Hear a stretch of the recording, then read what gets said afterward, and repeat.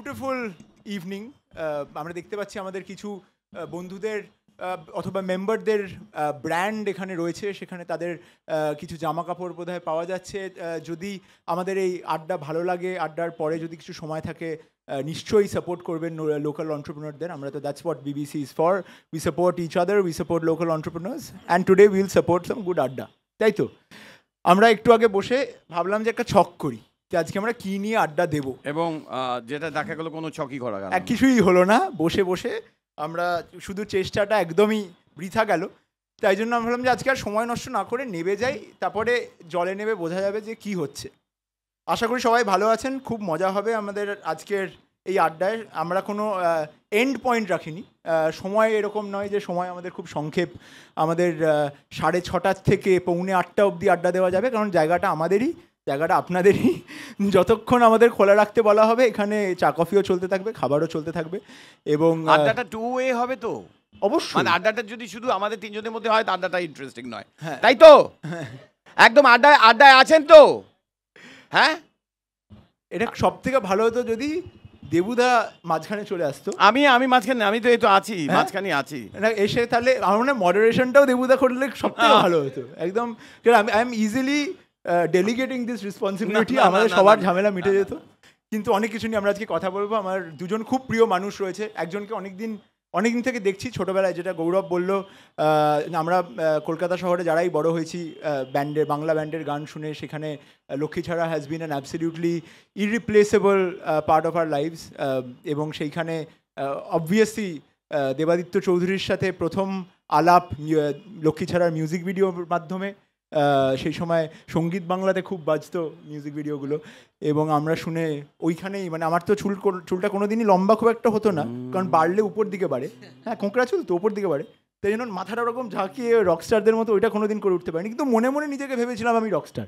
তাই জন্য লক্ষ্মী ছাড়ার গান কে কি বলে গেল আমার, ওইসব, এই তো। হ্যাঁ, কিন্তু রকটা তো মনে, তাই তো?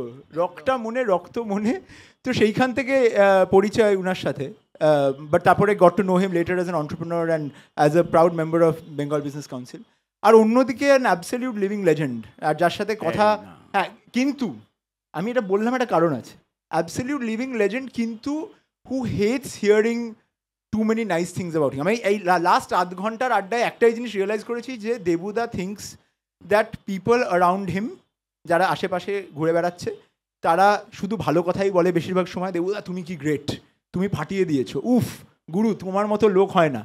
And this is causing a lot of pain to দেবুদা। তো আমি শুরু করবো আজকের কনভারসেশনটা, যে কেন তোমার আশেপাশের লোকের কাছ থেকে এরকম মানে জমে গেছে ব্যাপারটা, দেবুদা তুমি ফাটিয়ে দিয়েছো, এই কথাগুলো কেন শুনতে ভালো লাগছে না। এই দিয়ে আজকে আমাদের কথোপকথনের সূত্রপাত হোক। শুভ সন্ধ্যা। আমার এখানে এসে খুব ভালো লেগেছে, এবং মেঘদূত মানে মানে আমি ওকে অনেক নামে ডাকছিলাম, ভালোবেসেই ডাকছিলাম, ভুলে গিয়ে ডাকছিলাম। ভাগ্যিস ভুল হলে পরে তো তবে একটা নতুন নাম তুমি পাবে, হলে পরে তুমি মেঘদ্বীপ কেন নয়, মেঘদূত। মানে মেঘদূত হলে পরে মেঘদ্বীপ নয় কেন? তো আমার অনেক রকমের কথা হচ্ছিল। আর দেবাদিত্য এবং আমার, দেখো তোমরা প্রত্যেকেই আমার কাছে মানে ভাই বলতে পারি, সন্তানও বলতে পারি, সন্তান সম বলতে পারি, সন্তান তুল্য বলতে পারি। সন্তানই নয় কেন, মানে তুল্য বা সম কেন, মানে তাই না? তো সেখানে দাঁড়িয়ে দেবাদিত্য তো সত্যি একটা, দেবাদিত্যের সাথে আমার বহু বছরে, ও যখন ভীষণ বয়স ছোট ছিল। আমার একটা ঘটনা বলি, আমি ওর সাথে আমার প্রথম দেখা, আমার একটা শো হবে রবীন্দ্র সদনে, একটা শো, এবং আমি একটা মানে গৌতম চট্টোপাধ্যায়ের ছেলে গাবু এবং ড্রামার গাবু গৌরব চট্টোপাধ্যায়, ওকে আমি বললাম যে এই তুই বাজাবি। ও দেখলাম একটা গ্রুপ টুপ নিয়ে এসছে, এবং লক্ষ্মী ছাড়া গ্রুপটা তখন হয়েছে। আর অদ্ভুতভাবে এই লক্ষ্মী ছাড়া এই এটা একটা অ্যালবাম হয়েছিল বহু বছর আগে, গৌতম চট্টোপাধ্যায় করেছিলেন, আমি তখন তাকে সহযোগিতা করেছিলাম। সেই নামটা তৈরি হয়েছিল তখন, এবং সেটা দিয়ে একটা ব্যান্ড। আমি দেখলাম একটা ছেলে, দেখলাম একটা ছেলে তখন কোথায় বলবো, ওরা তখন কলেজেও, মানে কলেজে পড়ছে না, সবাই বোধহয় কলেজে মাধ্যমিক দিচ্ছে। এটা কোন বছর হবে? মাধ্যমিক দিচ্ছে 1999 মাধ্যমিক দিচ্ছে। আমার একটা শো, ভীষণ সিরিয়াস একটা শো, আমার একটা সিরিয়াস শো, এবং সেই শোটা ঠিক রকমভাবে অর্গানাইজ করতে হবে, স্ট্রাকচারটা ভীষণ হয়ে গেছে। ওমা দেখলাম একটা ছেলে এলো এবং সে বললো আচ্ছা এই জায়গাটা এটা থাকবে, এটা থাকবে, ওই দিন এটা হবে, ওটা হবে, আচ্ছা খাবারটা কি হবে, কোথা থেকে খাবার আসছে, এই সব কিছু করে আমি দেখলাম একটি ছেলে যে সাংঘাতিক স্কিল এবং হিউমার এবং শাসন, মানে আমি দেরি করে পৌঁছেছিলাম, আমার গাড়িটা দেরি করে পৌঁছেছি, দেখে এরকম করে হাত দিয়ে ঘড়ি দেখছে, তখন দেখছে একজন এবং সে মানে আমাকে বলে না না এটা দিস ইজ নট ডান।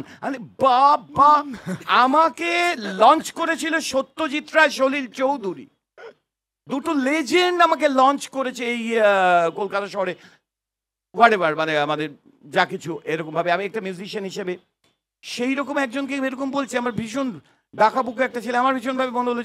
তারপর দেখলাম স্টেজটা প্রপারলি ওয়েল ম্যানেজড, প্রত্যেক মিউজিশিয়ান সবাই কাজ করছে, এ করছে, ভালো করছে, এবং সেটা আমার প্রথম আলাপ, এবং সেই আলাপটা আমাদের চলছে। এবং আমার মনে হয় এই মুহূর্তে আমার যে গর্ব করার মতো যে যে জিনিস থাকে, দেবাদিত্য সেই রকম একজন আমি গর্বিত দেবাদিত্যর জন্য, দেবার জন্য, এবং আমার ভাই। এবং এবং তোমার সাথে এই যে কথা বলছিলাম, তোমাকে বললাম না যে তোমার সম্পর্কে অনেকে কথা বলে, আমার তোমার সঙ্গে সেরকম ভাবে কখনো আলাপ হয়নি। এখানে দেবাদিত্য আমাকে তোমার কথা বললো, কিন্তু এখানে সে আমার ভীষণ ভালো লাগতে আরম্ভ করলো।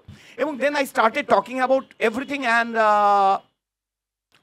আর্গুমেন্টেটিভ ইন্ডিয়ান নয়, আর্গুমেন্টেটিভ বেঙ্গলি, মানে অমর্ত্য সেনের সেই আর্গুমেন্টেটিভ ইন্ডিয়ান না বলে আমি আর্গুমেন্টেটিভ বেঙ্গলির মতো আমি ওর সাথে কথাবার্তা বিভিন্ন রকম জুড়ে, আমি ভীষণ সিরিয়াস কথাবার্তা, এবং সেই সব খুব সিরিয়াস কথাবার্তা, মানে আমাদের দেশটা কেমন, আমাদের রাজ্যটা কেমন, আমাদের এই অবস্থা কীরকম, সোশিও ইকোনমি কেমন, ব্যবসা কেমন, বাণিজ্য কেমন, স্টার্ট আপ কেন, বাইরের থেকে অনেক রকম কথা বললাম। যে এই কথাগুলো আজকে আনবো না, কালকে সরস্বতী পুজো, আমাদের প্রেমের দিবস, সত্যি কথা আমাদের বসন্ত সব জীবনে এসেছিল।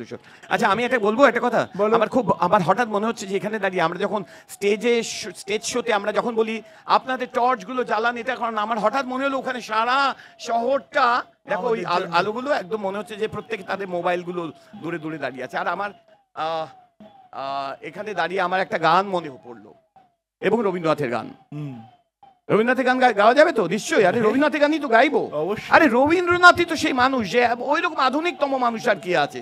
আর প্রেমে যদি প্রেম দিবসের আগে যদি, কিন্তু আমি যে গানটা গাইবো সেটা কিন্তু আপনারা সবাই গাইতে পারবেন। আকাশ ভরা, আকাশ ভরা। অসীম কালে জোয়ার ভাটা ভুবন দোলে, অসীম কাদা সবাই গান, যে হিল্লোলে জোয়ার ভাটায় ভুবন দোলে, নারীতে মোর রক্ত ধারায় লেগেছে তাই টান, বিস্ময়ে গাই জাগে জাগে আমার গান আকাশ ভরা। আমার এইটাই মনে হয় যে আমার না এই একটা জিনিস, যে আমি বাঁচবো কেন আরো একটা সন্ধে, বিস্ময়ে তাই জাগে জাগে আমার প্রাণ, যে আমি এত সিগনিফিকেন্ট এই পৃথিবীতে। অসীমকালে যে হিল্লোলে জোয়ার ভাটায় ভুবন দোলে, সেই যে কবে সেই বিগ ব্যাং থিওরি বলুক, যা কিছু বলুক, সেই পৃথিবীটা তৈরি হয়েছিল, সেই নড়ে উঠেছিল, জল টল সমস্ত কিছু হয়ে গেছিল, সমস্ত বিগ ব্যাং বা হোয়াট এভার, সেখান থেকে দাঁড়িয়ে। এবং আমি আজও আমার সিস্টেমে আমি নারীতে মোর রক্ত, আমার রক্তধারা সেই কত দিন আগে সেইটা আমাকে এখনো ডাকে, টান দেয়। এবং সত্যি জোয়ার ভাটায় তো আমরা বুঝতে পারি যে আমাদের শরীরে জোয়ার ভাটা কি হয়। এই গানটা আমার কাছে খুব আশ্চর্যের একটা গান, একটা বিস্ময়ে তাই জাগে। এবং জর্জ বিশ্বাস, দেবব্রত বিশ্বাস যেভাবে গানটি গেয়েছে, বিস্ময়ে তাই জাগে, এই বিস্ময়ে যখন বলে তখন মনে হয় সত্যি বিস্ময়। এবং আই এম সো সিগনিফিকেন্ট। এই সন্ধ্যেবেলা আমি প্রতিটি জিনিস, প্রতিটি মানুষ এই সন্ধ্যেবেলা আজকে সমস্ত দুঃখ, বেদনা, ভালোবাসা, প্রেম, সমস্ত কিছু, সারা পৃথিবীর সমস্ত কিছু একাকার হয়ে যায়, যে তার মনে হয় যে তার জীবনটা বেঁচে থাকার জন্য so important, so significant he or she is, or anybody is, any life. এবার দেবাদার কাছে আসি একটু। আমি কি সুযোগ পাবো? এটা কিন্তু দেবুদার সাথে আমার ছোটবেলা থেকে ব্যাপার। দেবুদা যেখানে কথা বলে কাউকে কথা বলতে দেয় না, আমি খুব ভয় আচ্ছা, থাকি। আমি কথা বলবো। আচ্ছা আমি আমি কথা বলবো না তো? না আরে না, এই কি অবস্থা, বলবো। তুমিই বলো, আমরা সবাই শুনবো, তুমিই বলো গুরুদেব, তুমিই বলো। না কিন্তু দেবদার কাছে আমার যেটা প্রশ্ন, যে এই যে 1999 সালের যে গল্পটা দেবুদা আমাদেরকে শোনালো, যেখানে তুমি বেসিক্যালি এসে উনাকে থামিয়ে দিয়ে যে না কেন লেট হয়েছে, বা He was a musician also. he was also a musician, Part of the band. and he basically choreographed that evening too, from Right, what I right. understand, যে খানিকটা হলেও ওই এক্সপিরিয়েন্সটা কোরিওগ্রাফ করেছিলে। সেই সময় কি তুমি জানতে যে তুমি কোনোদিন এন্টারপ্রেনার হবে? সেই দিনকে কি দাঁড়িয়ে তোমার মধ্যে, বা ওই সময় তুমি যখন স্কুলে পড়তে ওই সময় কি লোকজন বলতো যে এই যে দেবা তুই যেরকমভাবে সব ব্যাপারটাকে গুছিয়ে সাজিয়ে করতে পারিস, এই মনে হয় যে কোনো দিন গিয়ে তুই ব্যবসা করবি? এটা কি তোমার মনে হয়েছিল কখনো? আমি শুরু করছি একটু অন্যভাবে। আমাদের এই যে বিবিসিটা যে ফর্ম হয়েছে, আমাদের এত সুন্দর, মানে সবাই মিলে যারা করেছে এই জিনিসটাতে, বিবিসির ফর্ম হওয়ার প্রথম দিকে সুভাষিস, মনে হয় যদি তোমার মনে থাকে, একদিন হঠাৎ আমায় সুভাষিস ফোন করলো, তখন কোভিড চলছে, মানে কোভিডের একদম পিক টাইম। তখন সুভাষিস ফোন করে বললো আমি একটা আমরা হোয়াটসঅ্যাপ গ্রুপ করি, সেখানে মেঘদূত ছিল, সুভাষিস ছিল, আমি ছিলাম, আর সুদীপ ছিল, মানে আমাদের বলরাম মল্লিক। তারপর আস্তে আস্তে পরিবার বাড়তে শুরু করলো, তো একটা বৃহৎ আকার এটা নিয়ে নিল। তো যেই প্রশ্নটা তুমি করলে এন্টারপ্রেনিয়রশিপ, ওটা কিন্তু তারও আগে। আমি পাড়ায় না সরস্বতী পুজো করতাম ছোট্টবেলায়, তখন পাড়ায় সরস্বতী পুজো করতাম, এটা পাড়ায় বিল বই নিয়ে যেতাম সরস্বতী পুজো করার সময়। তো entrepreneurship started then, it was not post that. তো তখন অনেক রকম মজার জিনিস হতো, যেখানে চাঁদা চাইতে যেতাম, লোকে বলতো সরস্বতী বানান বলো, তাহলে টাকা দেবো না, এই কান ধরে উঠবোস করাতো, মানে ফান লট অফ ফান। তো সেখান থেকে জীবন এলো একটা অন্য জায়গায় নিয়ে গেল। গান বাজনায় ছোটোবেলা থেকে ন্যাক ছিল, গান বাজনা শুরু হলো, লক্ষ্মী ছেলে ফর্ম এলো, দেবুদার সাথে আমার আলাপ হলো। দেবুদার সাথে আলাপটা আমার জীবনের একটা টার্নিং পয়েন্ট বলতে পারেন। আমি দেবুদার সামনে আছে বলে বলছি না, দেবুদা আমার কাছে আমার গুরু, বন্ধু, আমার ভীষণ বন্ধু, আমার বেস্ট ফ্রেন্ড দেবুদা, আমার মানে অন্য জায়গায় দেবুদা। তো দেবুদার কথাগুলো আমি বিভিন্ন জায়গায় পরবর্তীকালে আসবো। তো তখন সেভাবে ভাবিনি যে একটা বিশাল কিছু আকারে ব্যবসা করব, বাট ইচ্ছে ছিল একটা কিছু ছোটো কিছু করার। করতে আমি একটা ওই ফ্রেন্ডস FM বলে একটা রেডিও স্টেশন যেটা আছে আনন্দবাজারে, সেটা লঞ্চ করে কলকাতা। তখন আমি সেন্ট জেভিয়ার্সে পড়ি, আর অভিকবাবু আমাকে ডেকে একটা শো হোস্ট করতে দেয়। শোটার নাম ছিল খেতে খেতে শোনো। বৃহস্পতিবার করে শোটা হতো সন্ধেবেলা। শোটা কী নামে শো ছিল, আমি লক্ষ্মী ছেলের সাথে যেই জায়গায় শো করতে যেতাম, সেই জায়গার খাবারগুলো শোতে রিভিউ করতাম। মানে কোনো 5 তারা হোটেল বা কোনো ফাইন ডাইনিং রেস্টুরেন্ট নিয়ে কথা বলতাম না, মানে গলির ভেতর একটা চপের দোকান, সিঁড়ির তলায় বিড়ির দোকান, এই নিয়ে কথা হতো। মানে সেটা বিদেশেও হতে পারে, বাংলাদেশে হতে পারে, যে কোনো জায়গায় হতে পারে। তাই শোটা খুব পপুলার হয়ে গেল, খুব জনপ্রিয় হয়ে গেল, এবং আস্তে আস্তে আমারও খাবার প্রতি ইন্টারেস্টটা জাগতে শুরু করলো। যদিও মানে জাস্ট আমার সবাইকে জানাবার জন্য, আমি কিন্তু একটা অমলেটও বানাতে পারি না, আমি চা গরম করতে পারি না, নিজে চা খাই না বলে। কি ব্লাসফেমাস, মানে একদম জিরো। এইটা কাটবি, মানে এটা প্রমোতে কাটবি, কিন্তু আমি কিন্তু অমলেটও বানাতে পারি না, আমি কিছুই বানাতে পারি না খাবার। বাট আমি খাবারের স্বাদটা বুঝি, অনেকের থেকে বেশি বুঝি হয়তো, ওইটাই বুঝি। মানে আমি খাবার খেয়ে ছোটোবেলা থেকে বলতাম এটা খারাপ, এটা ভালো, বিভিন্ন ধরনের খাবার খেয়ে। তো দ্য জার্নি স্টার্টেড দেন। অল্প টাকা সঞ্চয় করি, দিয়ে আমরা গল্ফ গ্রিনে একটা ছোট্ট করে চাউমিন শুরু হয়, অ্যান্ড সেই চাউমিনের ব্র্যান্ড অ্যাম্বাসেডর ছিল দেবুদা। হ্যাঁ, দেবুদাকে আজকে যে শোটাতে, দেবুদাকে আমি মানে মেঘদূত বলাতে আমি বলেছি কেন দেবুদা কিরমভাবে সব কিছুর মধ্যে ঢুকে। যখন প্রথম চাউমিন খুলতে যাচ্ছি, পকেটে তো টাকা নেই, খুবই কম টাকা, আর আমাদের বাড়িতে কেউ সাপোর্ট করতো না ব্যবসা। আচ্ছা মেঘদূত, আমি কি কর্ডলেস মাইকটা পেতে পারি? অবশ্যই পেতে পারো, কিন্তু এটাকেও সামনে রেখো। এটা থাকুক, হ্যাঁ ঠিক আছে, আর ওইটা রেকর্ড হচ্ছে না। ওকে এটা কমফোর্টেবল এটাতে। অবশ্যই তুমি ওটা সামনে থাক, ঠিক আছে, শোনা যাচ্ছে তো? হ্যাঁ, তো চাউমিন শুরু হবে, আমি আর দেবুদা, মানে আমি তখন আলোচনা করছি, খুব অল্প টাকা জোগাড় করা হয়েছে, চাউমিন শুরু হবে। এবার চাউমিন কোনো জায়গায় কেউ জায়গা দিচ্ছে না, এদিক ওদিক যাচ্ছি। গলফ ক্লাব বলে যে একটা জায়গা ছিল, সেখানে মানে দূরত্বে কোনো দোকানও ছিল না, মানে কোনো সিগারেটের দোকানও ছিল না। ওখানে একটা ছোট্ট জায়গা পেলাম। এবার যে ল্যান্ডলর্ড, তার সাথে ডিল করতে যাচ্ছি, এগ্রিমেন্ট সাইনিং। কে যাবে আমার সাথে? কেউ নেই, চোরের সাক্ষী মাতাল দেবুদা। এখন দেবুদা চলো আমার সাথে, তুমি আমার সই করবে। তো দেবুদা ওয়াজ দ্য পার্সন, ওই একটা জায়গায় থাকে না, ওইটা কী বলে ওটাকে, এটা সাক্ষী দিতে হয়, উইটনেস। তো আমার প্রথম কন্ট্রাক্টের প্রথম ল্যান্ডলর্ডের সাথে উইটনেস ছিল হচ্ছে দেবুদা। তো মাই জার্নি স্টার্টেড উইথ দেবুদা, এখনও চলছে। আগামী দিনে যতদিন আমি থাকবো, অন্তত দেবুদাটা অন্য জায়গায়। তো এরমভাবে চাউমিন শুরু হয়, আস্তে আস্তে বিভিন্ন জায়গায় যায়। কে কি বললো এক্ষুনি, যেটা দেবুদেব বলছিল, চারপাশে লোকেরা শুধু আছে বলে যাচ্ছে খুব ভালো কাজ করছো, সাংঘাতিক কাজ করছো, মানে বাংলা ভাষায় বার খাইয়ে যাচ্ছে।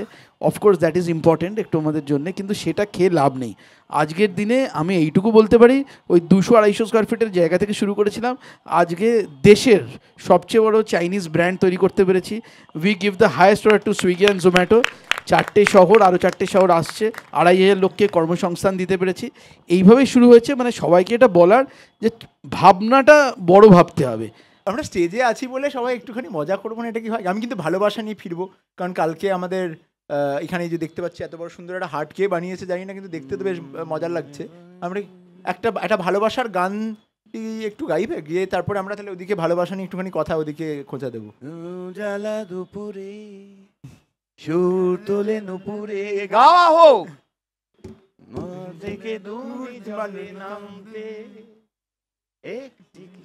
এখানে মাইক দে, মাইক মাইক এখানে জানতে মনে পড়ে রবিরা। না না না, আরে মিস্টার মুখরোচককে দিন তনু করে দেখেছি। রুবিরায় দিনে বলো আমাকে, তোমাকে কোথাও যেন দেখেছি। আচ্ছা না, আমাদের জীবনে আমার মনে হয় যে আমাদের প্রত্যেকের জীবনে, ধীমান, আমাদের জীবনে, আমাদের প্রত্যেকের জীবনে একজন রবি রায় আসেন। একজন রবি রায় এসে বদলে দিয়ে যান, এবং রবি রায় প্রথম প্রেমের সংজ্ঞাটি দিয়ে যান। এবং সেটা মানে আমার তো যেটা মনে হয় যে আমার প্রথম সরস্বতী পুজোর দিন আমাকে বন্ধুরা সবাই বলেছে যে এইটা সরস্বতী পুজোটা, এটা তুই দেখতে থাক, আমরা সব যে আছি সরস্বতীকে দেখেই আমার মনে হলো এর থেকে বড় প্রেমিকা কেউ হতে পারে না। তো আমি সরস্বতী চুম্বন করে যাচ্ছিলাম। তো আজকে এই সরস্বতী পুজোর আগের দিন বলেছে, আমার মনে হলো যে ওই রকম যে প্রেম যদি করতে হয় এরকম একটা মানুষের সাথে প্রেম করব, এবং সেখানে তার প্রাণ আছে কিনা আছে এটা ভাবার কোনো। তোমার জীবনে অনেক সরস্বতী আছে, এটা আমি আর এখানে বলছি না, লক্ষ্মী সরস্বতী, আর সেটা না, কিন্তু এটা নিয়ে আমরা বলবো, কেন বলবো না? এই গোপন তথ্যগুলো আমি পরে দেবো, এগুলো আমাকে হ্যাঁ, আমরা যদি জানি না কেউ লক্ষ্য করেছে কিনা আর কেউ পড়েছে কিনা, কিন্তু আমাদের সো কল্ড মিস্টার মুখরোচক কিন্তু যেটা সুন্দর লাল শার্ট পরেছে, টকটকে লাল, এবং আমি চোখ নামাতে পারছি না। চানাচুর তৈরি করছে, যে জীবনের ঝালমুড়ি মশলা দিয়ে তোমাকে তো এ করে দিচ্ছে চানাচুর, সে যদি লাল না পড়ে হৃদয়, সে গান তো শুরু করলো সবার আগে। হ্যাঁ, আমরা কিন্তু এটা নিয়ে আসবো, একটা স্পেশাল ফিচার হবে, আমরা সবার থেকে গান শুনবো, কিন্তু আমাদের যদি বিবিসির থেকে একটা ট্রুপ তৈরি করা হয়, এই ট্রুপ লিডার যারা গান করবে, এই ট্রুপ লিডারটা কিন্তু হবে আমাদের প্রণববাবু। একদম মিস্টার চন্দ্র থেকে শুরু হবে আমাদের গান। আমরা আরেকটা গান নিয়ে নেক্সট গানটা ভাবা শুরু হোক, ততক্ষণে আমরা দেবাদার কাছে আরেকবার ফিরে যাই ভালোবাসা নিয়ে। যখন ভালোবাসা নিয়ে কথা হচ্ছে, obviously Chinese food is probably একটা ভালোবাসার জিনিস। আমরা এটা বোধহয় শুনেছি বা কোথাও এটা পড়েছিলাম যে 6 বছর বয়সে তুমি প্রথমবার চাউমিন খেয়ে মানে একদম মানে ভালোবাসায় লবডঙ্কা, বা জানি না কি এক্সপ্রেশনটা ইউজ করবো এটাতে, কিন্তু হ্যাঁ ফিদা, হ্যাঁ এই তো আমি থ্যাংক ইউ আমাকে এখানে কোন থেকে বলছো, তুমি চাইনিজ খেয়ে নাকি প্রথমবার তুমি ফিদা হয়ে গেছিলে। এটাই কি প্রথম ভালোবাসা তোমার? এবং তারপরে কতবার ভালোবেসেছো? খাবার হতে পারে, তোমার দেশ হতে পারে, বা কেউ লোক হতে পারে। একটুখানি আমাদেরকে তোমার ভালোবাসা নিয়ে তোমার চিন্তাধারা। আচ্ছা, এইটার মানে উত্তরটা দুটো ভাগে দেবো। প্রথম ভাগে হচ্ছে প্রেমিক দেবাদিত্য কিন্তু সারা জীবনই ব্যর্থ, মানে সারা জীবন রিজেক্টেড, ঠিক আছে, বিভিন্ন জায়গায়। এটা একটা ফেলিয়ারের গল্প শুনি আমরা, তখন বললাম ফেলিয়ার, বলেছে যে আমাদের 69টা ফেলিয়ার, তাহলে তোমার 69 না হলেও মানে 4-5টা ফেলিয়ারের গল্প বলি। আমরা সবাই কলকাতায় বড় হয়েছি, কলকাতায় খুব বিখ্যাত একটা চাইনিজ রেস্তোরাঁ ছিল কিমোয়া বলে, বন্ধ হয়ে গেছে, আমি জানি না কজন খেয়েছেন। তো আমি থাকতাম ঠিক কিমোয়ার পাশের বাড়িটা, গড়চা রোডে, তো একই কম্পাউন্ডের দুদিকে দুটো বাড়ি। তো ছোটোবেলা থেকে মানে ওদের সাথেই বড় হয়েছি। তো প্রথম মানে আমার বাড়ির খাবার ছাড়া বাইরের প্রথম খাবার হচ্ছে ওদের বাড়িতেই চাইনিজ খাবার, অ্যান্ড সেখান থেকে চাইনিজ খাবারের প্রতি প্রেম, এটা সব জায়গায় ওদের বলি। মানে স্যাডলি ওরা ব্যবসাটা চালাতে পারলো না, বন্ধ করে দিল, কারণ ওরা কিছুজন চায়নায় ফেরত চলে গেল, কিছুজন অন্য ট্রেডে চলে গেল, তো they couldn't run the business successfully. তো প্রথম প্রেম যদি বলো খাবারের প্রতি, তো ওখান থেকে শুরু। অ্যান্ড অন্যদিকে প্রেম প্রচুর বার হয়েছে, মানে প্রতিদিনই ধরে নাও প্রেম হয়েছে এখন, কিন্তু বেশিরভাগটাই ব্যর্থ। মানে দূর থেকে দেখে একটা কিছু ভালো লাগলো, কাউকে ভালো লাগলো, বলতে তো পারলাম না, মনে রয়ে গেল ব্যাপারটা, প্রতিদিনই ব্যর্থ। বাকি ওই সরস্বতী পুজোর সময় একটুখানি বাড়ে না, প্রেমের ডেফিনেশনটা কিন্তু সবার জীবনে। আমি একটা কথা বলছি, আমি একটু মাঝে মাঝে কাটবো এরকম ভাবে। আমি বলছি আচ্ছা, এই যে একটা গান আছে মিথ্যে গান, একটা মিথ্যে গান, প্রেম একদিনে এসেছিল নীরবে, এটা বিশ্বাস করা যায়? না না, হতেই পারে না। সবাই প্রেমে পড়ে, প্রত্যেক দিন পড়ে। প্রেম একদিনই এসেছিল নীরবে। প্রথমত প্রেম একদিন আসে না, আর প্রেম আসে সরবে আসে, নীরবে সে আসে না। আমি একটা অন্য প্রসঙ্গে আসছি, সম্পূর্ণ অন্য প্রসঙ্গে। এই যে দেবুদ এক্ষুনি বলছিল যে সলিল চৌধুরীর থেকে কি কি শুনেছে বা কি কি জেনেছে, তো আমার জীবনে এরকম দুজন ব্যক্তি ছিল, একটা হচ্ছে দেবুদা আর একটা ছিল ঋতুপর্ণ ঘোষ। দেবুদার মাধ্যমেই আলাপ। তো যারা জানে না, ঋতুপর্ণ ঘোষের যত ছবি হয়েছে তার 90% ছবির মিউজিক ডিরেক্টর ছিল দেবুদা। সব কিছু, উৎসব থেকে শুরু করে চোখের বালি অ্যান্ড হোয়াট নট। তো ঋতুদার সাথে আলাপ হয়, একটা সাংঘাতিক ক্যারেক্টার। ইভেন আমার দেখা মনে হয় পৃথিবীর শ্রেষ্ঠ ট্যালেন্টেড লোকের মধ্যে একজন হচ্ছে ঋতুপর্ণ ঘোষ, আর কোনোদিন ঋতুপর্ণ ঘোষ আসবে না। আমি দেবুদার প্রসঙ্গে আসছি। দেবুদাকে আমি অ্যাসিস্ট করতাম, মানে দেবুদা মিউজিক করতো, দেবুদা এখন অ্যাসিস্ট করতো। একদম একদম। একদিন একটা ব্ল্যাক ম্যাজিক বলে একটা স্টুডিও থাকে, এই গল্পটা একটু শুনুন আপনারা। ব্ল্যাক ম্যাজিক বলে একটা স্টুডিও ছিল মিন্টো পার্কে, লামাত স্কুলের উল্টো দিকে। সেখানে দেবুদা বিভিন্ন রেকর্ডিং করতো। আর দেবুদার হ্যাবিট ছিল ওভার কমিটমেন্ট করা, লোককে যা তা বলে দিত, এটা কালকেই করে দেবো, এটা পরশু দিন করে দেবো, চলেই আসে, দিয়ে কাউকে কোনো তার কথা রাখতো না দেবুদা। তো এরম একজন ক্লায়েন্ট, বম্বের একটা খুব নামকরা ক্লায়েন্ট। আর দেবুদা একসময় বিজ্ঞাপন শুরু হয়েছে দেবুদাকে দিয়ে, বিজ্ঞাপন শেষ হতে দেবুদাকে দিয়ে। From any national ad to local ad, বাংলাদেশের যত বিজ্ঞাপন হতো প্রত্যেকটা করতো দেবুদা। জিঙ্গেল কিং, আমি বলতাম জিঙ্গেল কিং। তো এরম একদিন সকালবেলা কলেজ থেকে স্টুডিওতে গেছি, দেবুদাকে অ্যাসিস্ট করবো। গেছি, দেখি 3-4 জন লোক, খুব সুন্দর দেখতে মহিলা, বম্বে থেকে এসছে, একটা বড় এজেন্সি থেকে।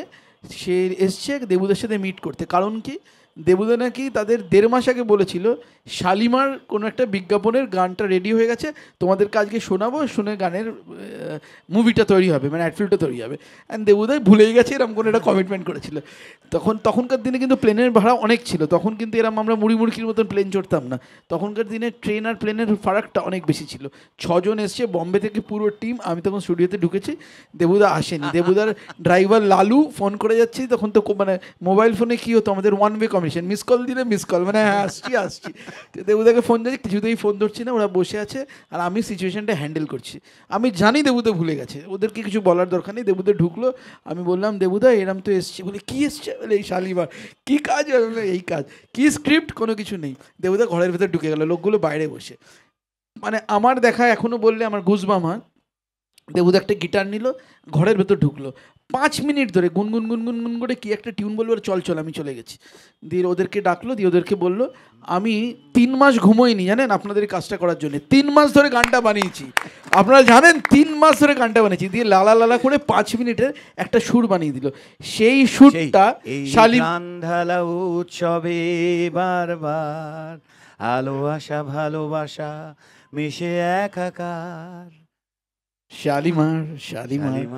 সেই গানটা 5 মিনিটের গান, সেই গানটা সে বছরে প্রত্যেকটা ন্যাশনাল অ্যাওয়ার্ড পেলো সেই গানটা দেবুদার। আর ওরা উঠে স্ট্যান্ডিং অভিশন দিল। সেই দেবুদা নিজের বিলটা 5 গুণ বাড়িয়ে দিল, সেটা অন্য কথা। 5 মিনিটের গান গুল মেরে বলে আমি 3 মাস ধরে গানটা বানিয়েছি। আমি মানে আমার হাত পা কাঁপছে যে এবার ক্লায়েন্ট মারবে, যে পুরো এসে গেছে বম্বে থেকে। এই হচ্ছে দেবুদা। So he is a genius. মানে প্রেমে না থাকলে সৃষ্টি তৈরি করা যায়। এবং প্রেম যে সবসময় প্রেম, মানে দেশপ্রেমও তো, দেশটাকে ভালোবাসাও তো একটা প্রেম। আপনার মানে আপনার দেশ, আপনার শহরটাকে ভালোবাসা একটা প্রেম। আপনার কফি মাগ যেটা রয়েছে ভেঙে গেলে আপনার একটু মন খারাপ হয়, ওটাও তো একটা প্রেম। সুতরাং হ্যাঁ, ইউনিভার্সাল লাভ। সুতরাং ভালোবাসা, প্রেম, এরা সবাই বিভিন্ন রকমভাবে, আমার ধারণা এই প্রোফাউন্ডলি কোনো কথা বলতে পারা যায় না। যেমন হচ্ছে এই আজকের এই যে আজকে আমরা কিছু যে টেকটা আমরা নিয়ে যেতে পারবো, হয়তো পারবো নিয়ে যেতে। যেমন আমি যখন এই গানটা অটোগ্রাফে, আপনারা কেউ কি এই গানটা শুনেছেন? চল রাস্তায় সাজি ট্রাম লাইন আর কবিতায় প্লেট, আহা উত্তাপ কত সুন্দর তুই থার্মোমিটারে মাপলে, হিয়া টুপটাপ জিয়া নষ্ট মিঠে কুয়াশায় ভেজা স্তিন, আমি ভুলে যাই কাকে চাইতাম আর তুই কাকে ভালোবাসতিস, চল রাস্তায় সাজি ট্রাম লাইন। দেবুদা, হ্যাঁ হ্যাঁ, কে কে বলছেন? আচ্ছা, প্রশ্ন আছে একটা, প্রণব একটা প্রশ্ন করছেন, এক সেকেন্ড, এক সেকেন্ড। প্রণব, আমি আসবো, আমি একজন আচ্ছা, না, হ্যাঁ। নারীকে দেখতে পেয়েছি। ভাই আমি আছি তোমার সঙ্গে, এসো ভাই। তোমার না, জন্য এই প্রশ্ন। দ্বিতীয় প্রশ্নটা মানে উত্তর পেয়ে গেছি, একটু গান শুনতে চাইছিলাম, সেটা হয়ে গেছে। প্রথম প্রশ্নটা ছিল ঋতুপর্ণ ঘোষকে বড্ড মিস করি আজও। একটু কিছু যদি বলো ঋতুপর্ণ ঘোষের সম্বন্ধে, যেটা আমরা অনেকেই জানি না। ওকে, যা আমাকে হোক, ওই মাইকটা, একটু কিছু। আচ্ছা তোমার কাছে মাইকটা থাকুক। আমার জীবনে খুব ইম্পর্টেন্ট ঋতুপর্ণ কোথায় দাঁড়িয়ে বলছি। আমি একটা অঞ্চলে বড় হয়েছি, কিছুক্ষণ আগে আমি বলছিলাম যে একটা অঞ্চলে বড় হয়েছি, যে অঞ্চলটায় না রবীন্দ্রনাথ খুব একটা প্রবেশ করতে পারতেন না রেডিও ছাড়া। টালিগঞ্জ চণ্ডীতলা একটা উদ্বাস্তু অঞ্চল, কলোনি পাড়া, সেটাতে রবীন্দ্রনাথের জায়গা ছিল, তাতে অনেক বেশি কাজী নজরুল ইসলাম এবং সলিল চৌধুরীর গণসঙ্গীত, সেই সমস্ত জায়গা ছিল, তাই তো? ঠিক বলছি তো? একদম ঠিক বলছি। রবীন্দ্রনাথের জায়গা ছিল না কেন? ওইরকম একটা জায়গায় মানুষ না, রবীন্দ্রনাথ রাবীন্দ্রিক হতে পারেনি মানুষ। তো ঋতুপর্ণ কিন্তু আমাকে রবীন্দ্রনাথ দিয়ে গেছিল। রবীন্দ্রনাথের সাথে মানে দেবব্রত বিশ্বাস, সত্যজিৎ রায়ের সাথে একেবারে ফ্লোরে কাজ করা এবং একসঙ্গে কাজ করা এবং মানে অত দিন ধরে কাজ করা সত্যজিতের সাথে 7টা ছবিতে, এবং তাকে ওইরকম ভাবে কাছ থেকে পাওয়া। তো এই ঋতুপর্ণ, সত্যজিৎ রায়, এই মানুষের আমাকে কিন্তু রবীন্দ্রনাথের সাথে পরিচয় করিয়েছিল। ফলে ঋতুপর্ণ অনেকগুলো ঋতুপর্ণ যে ঋতুপর্ণ সেটা হচ্ছে, এবং যে ঋতুপর্ণ শেষ পর্যন্ত আমরা জানি চলে গেল, সেটা প্রেমহীনতায়, যেটা ছিল না। যদি প্রেম দিলে না প্রাণে, রবীন্দ্রনাথের সেই গানটার মতো, যদি মানে প্রেম ছাড়া একজন মানুষ বাঁচবে কি করে? বেঁচে থাকার জন্য যেটা সবচেয়ে বেশি দরকার হয় সেটা হচ্ছে প্রেম। প্রণব, তুমি কিছু কথা বলছিলে, ভুলে যদি না গিয়ে থাকো তাহলে বলো। হ্যাঁ বলো, মাইকটা দে। মাইকটা। এই সূত্রে আমাদের আরো কিছু গল্প শোনার আছে, তুমি প্রশ্নটা করে নাও, তারপরে ফিরে আসবো। আমি মান্নাদের একটা গান আছে, সেটা হচ্ছে তুমি নয় নাই কাছে আসলে, আমায় নাই বা ভালোবাসলে, তাই বলে আমি কেন ভালোবাসবো না, আমি কেন কাছে আসবো না, তাই তো? প্রেমে যে একজন নারী থাকতে পারেন কোনো ব্যাপার নেই, কিন্তু মনে মনে অনেক কিছু ভালোবাসা যায়, সেটাই বলতে চাইছি। আমি এবার একটুখানি সলিড, তুমি বলো, তুমি কি বলছো? আমি বলছি প্রেমে যে একজন নারী থাকবে তার কোনো নেই, প্রেম মানে একজন পুরুষের জন্য নারী, নারীর জন্য আর পুরুষ। প্রেমের সার্থকতা সেখানে ব্যর্থতা আমার মনে হয়, কাছে পেলে সেটা প্রেমের আই সার্থকতা হয়। Love this, thank you, I love this. এই হাততালি, যে অনেক প্রেম করেনি সেরকম এরকম একটা জিনিস বলতে পারতো না। আরেকবার বলো, তুমি এবার দাঁড়িয়ে উঠে বলো না একটু ক্যামেরার জন্য, কারণ কি ক্যামেরাটা এখানে ক্যাপচার করছে। প্রেমের সার্থকতা সেখানেই না পাওয়া, পেলে কিন্তু প্রেম চলে যাবে, জানেন তো? এই বলে এখনকার জামানে অন্তত আমাদের সময় ছিল একসময় প্রেম। আর সত্যি কথা বলছি, আমি প্রেম করতে পারিনি কারণ বাবার ভয়, বাবাকে প্রচণ্ড ভয় পেতাম, জানো তো? হ্যাঁ, যে কারোর ভালো লাগতো গিয়ে বলতাম, তো বাবার মুখটা মনে পড়লে আবার পিছিয়ে আসতাম, জানো তো? এটা ঘটনা। আর একটা বলছি, আমার জীবনের শুরু ছিল, কিন্তু আমিও একটা ভেবেছিলাম তোমাদের মতো সিঙ্গার হবো কি। আমার একটা গিটার কিনেছিলাম, বুঝলে তো? তখন আমি স্কুল ফালে পাস করেছি, তারপরে তো গিটারটা কিনে সবাই 2টো গান তুলেছি, আলো আমার আলো গো, তারপর মায়া মনো বিয়ে হয়নি। বাবা থেকে জানতে পারলেন আমি নাকি গিটার বাজাচ্ছি। বাবা এসে কি করলেন জানো তো? এই গিটারটা দিয়ে আমায় মারলেন, মেরে গিটারটা ভেঙে দিলেন। বললো ব্যবসাদারের ছেলে, যদি গান বাজনা করো জীবনে আর ব্যবসা ঢুকবে না, বন্ধ করো। সেই থেকে আমার গিটার বাজানো বন্ধ হয়ে গেল।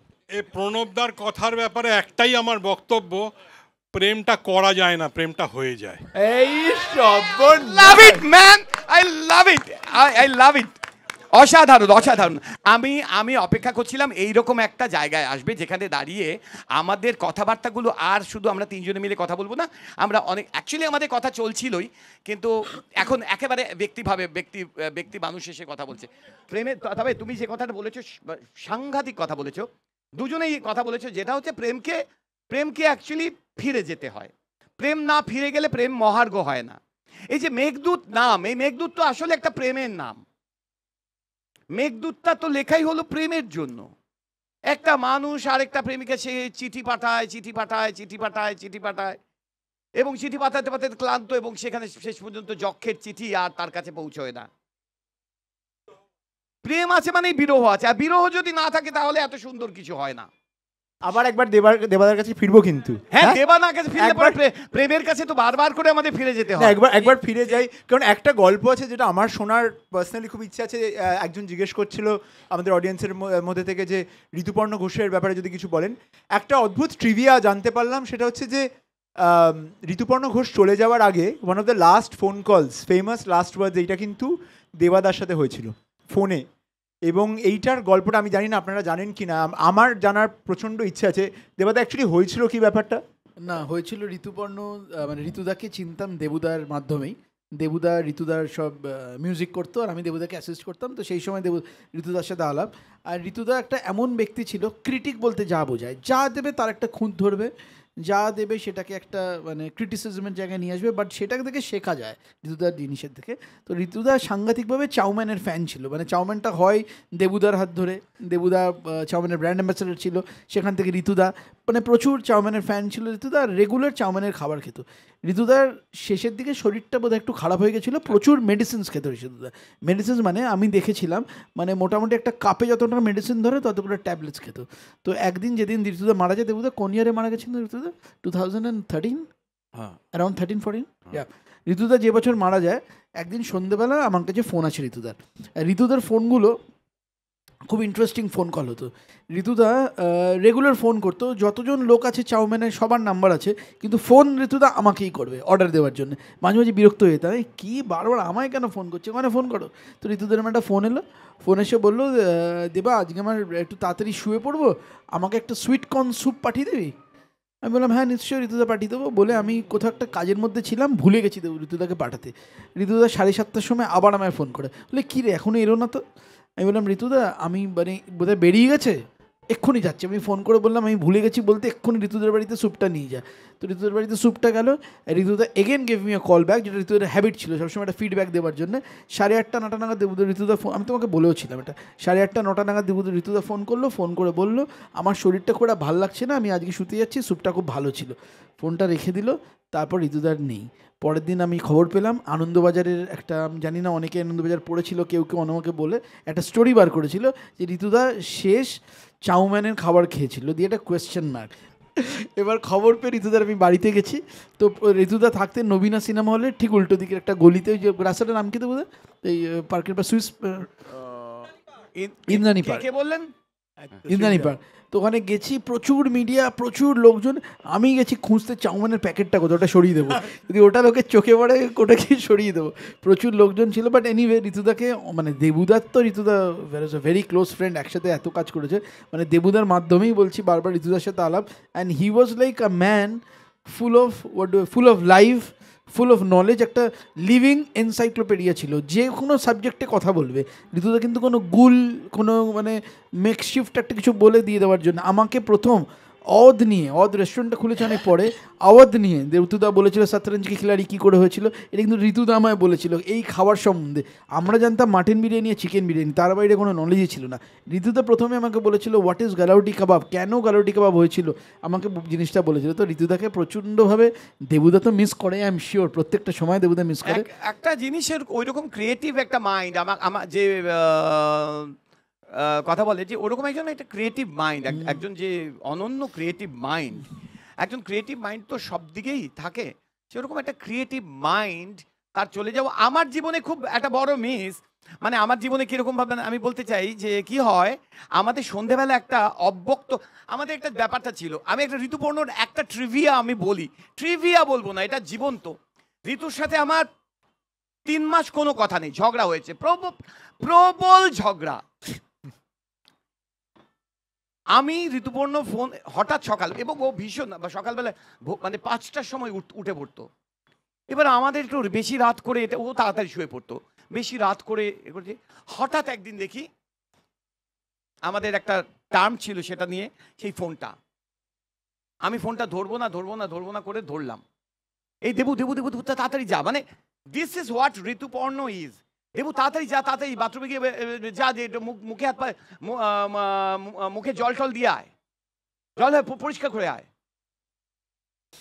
আমি না বললাম কেন, মানে আমার কথার আওয়াজটা শুন, হ্যালো, মানে এটা প্রথম হচ্ছে ঋতু মানে অনেকদিন ঝগড়ার পর যে ফোন, হ্যালো এই দেবু, আচ্ছা শোন না, উঠেছিস উঠেছিস কি উঠে তো উঠে ফেলেছো তুমি, তুই যা একটু তাড়াতাড়ি একটু মুখে জল দিয়া। তো আমরা জল টল দিয়ে এলাম, বলে করেছিস, বলে হ্যাঁ। বলে এবার পরিষ্কার হয়ে গেছিস, হ্যাঁ এবার বল হ্যাপি বার্থডে। বলে বাসি মুখে কেউ শুভ জন্মদিন বলতে হয়, বল হ্যাপি বার্থডে। এই যে একটা মানুষ, এবং সঙ্গে সঙ্গে সব অভিমান, সব ঝগড়া, সব ভুলে যাওয়া হলো। তো এইরকম আমি যে কথাটা, আমি এরকমভাবে একটা মিস করি একজন মানুষকে, যে একটা extremely dynamic mind, creative mind, যে ক্রিটিসিজম নিতে পারে, মানে অদ্ভুতভাবে সেই রকম মানুষের কাছ থেকে ক্রিটিসিজম নিতে পারে, এরকম একজন মানুষ আজকে, এবং যে আমাকে এতগুলো ভালো কাজ দিয়ে গেছে, মানে আপনাদের দিয়েছে, কিন্তু আমিও তো ওর সঙ্গে কাজ করে অনেকগুলো ভালো কাজ করতে, অনেক বড় কাজ করতে পেরেছি সারা ভারতবর্ষ জুড়ে। সেগুলো আমার ডেফিনেটলি আমার মনে হয়, আমি যেমন মিস করি, আমি মনে করি আমি ছিলাম কাছে, কি দেবাদিত্য ছিল, বা আমরা কয়েকজন ছিলাম, আপনারা অনেক বেশি মিস করেন, আপনারা অনেক বেশি মিস করেন এরকম একজন মাইন্ডকে। আমার মনে হয় যে কোনো শহর, এরকম শহরের থেকে এরকম একজন মানুষ চলে যাওয়া, যেটা আমাদের হলো, মানে আমি জানি না, তবে এখন একটা হচ্ছে বেদনা, বা আমি বলছি বিরহ খুব বেশি দিন থাকে না, বেদনা বোধও খুব থাকে না। রিসেন্টলি আমার এরকম একটা ঘটনা ঘটলো, আমার মনে হয় আমাদের জীবনে সবারই ঘটেছে। আমার ভারতবর্ষে সত্যি কথা, রশিদ খান চলে গেল। রশিদ ছিল আমার ছোটবেলার বন্ধু, ওই গলফ ক্লাবে আমরা দুজনে গলফ কুড়োতে যেতাম। তো এইগুলো আমার মনে হয় যে এগুলো, এবং এগুলো বিভিন্ন পুজো, সরস্বতী পুজো, প্রেম, রশিদের জীবনে, রশিদ, আমাদের জীবনে সমস্ত কিছু, আমার মনে হয় যে এই সমস্ত কিছু মিলে আমাদের শহর সব কিছুর পরেও খুব একটা আলো দিয়ে রাখে, নইলে পরে এই শহর ছেড়ে অনেক দিন আগে চলে যেতে পারতাম। মানে আমি যদি প্রশ্ন করি যে কেন আমার শহরটা থাকবে, তাহলে এই শহর আমাকে এখনো ভালোবাসা দেয়, আমাকে আশা জাগায়, বেঁচে থাকার স্বপ্ন দেয়, নতুন এইসব মন যাদের বয়স মানে না সেগুলো থাকে, তাই আমার শহর ভালোবাসায় থাকে, প্রেমে থাকে। হ্যাঁ হ্যাঁ, একটা কথা বলছেন। হ্যাঁ, একদিন দেবুদার সাথে আমার রাজীব বেদেবাড়িতে দেখা হয়েছিল। রাজীব বেদেবাড়ি, দেবুদা আমায় বলেছিল, প্রণব একটা কথা বলি, আমি মুখরোচক খেয়ে বড় হয়েছি, আমার জীবনে একটা শখ আছে যে তোমার জন্য আমি একটা জিঙ্গল তৈরি করব, সেটা বিনা পয়সায়।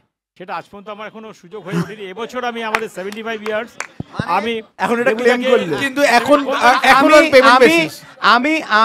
আমি একটা কথা বলছি, আমি আচ্ছা, এবার আমি একটা ইম্পর্টেন্ট একটা এই কথাটুকু বলে নিই।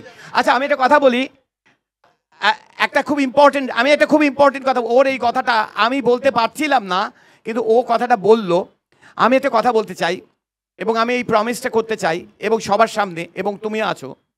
সেটা হচ্ছে, আমার একটা জিনিস হয়, সেটা হচ্ছে আমি এই কলকাতা শহর নয়, আজকে সারা ভারতবর্ষ থেকে, মানে রিলায়েন্স জুয়েলস যখন বিজ্ঞাপন তৈরি করে, বম্বের অন্য বিভিন্ন মানুষেরা করে, কিন্তু আমি তার মিউজিক কম্পোজ করি। যখন পাশের উড়িষ্যার থেকে যখন একটা অ্যান্থেম তৈরি করা হয়, দেবজ্যোতি মিশ্র তার মিউজিক করে, দেবজ্যোতি মিশ্র নয়, দেবু, আপনাদের ভালোবাসা দেবু, সে করে। কিন্তু যখন মুখরোচক হয়, তখন কেন আমি মিউজিক করি না? বিনা পয়সায় কি, আমি পয়সা দিয়ে করে দেবো। কিন্তু তুমি বলো যে তুমি আমাকে এই অ্যাসাইনমেন্টটা দিয়ে গেলে, 100% আমি ছেলে কিন্তু দেখার। তাহলে এই সুযোগ নিয়ে আমরা বিবিসির তরফ থেকে আমাদের একটা অ্যানথেম পাই। এখানে একদম জোরে হাত তালি। এই সূত্রে তোমাকে তো আমরা তখন ধরেছি, বিবিসির একটা অ্যানথেম আমাদের লাগবে, বাংলায় একটা হবে বাঙালিদের জন্য। তোমার যদি ভালো লেগে থাকে, আজকে আমাদের সময়, আমরা যা সময় কাটলাম একসাথে, সবাই একদম জোরে তাহলে একটা উল্লোড় হোক। তাহলে কিন্তু প্রণবদারটা ক্যান্সেল হয়ে গেল, যে কোনো একটা আমি দুটোই করব। না হংকং বড় দূর, সাংহাই যা, আমি ওর জন্য দেবার বিজ্ঞাপনের সিগনেচার তৈরি করে দিয়েছি আমি। তো থ্যাংক ইউ এভরিবডি, বড় জোরে হাততালি সকলে মিলে একটা বড় জোরে হাততালি। এবং আমি মেঘদূতের জন্য আমি বলবো যে হাততালি। মেঘদূত থেকে আমি আজকে মিট করলাম, প্রথমেই মিট করেছি আমি, ভেরি ইন্সপায়ারিং মিট, এবং প্লিজ অ্যাপ্লজ ফর মেঘদূত। একদম।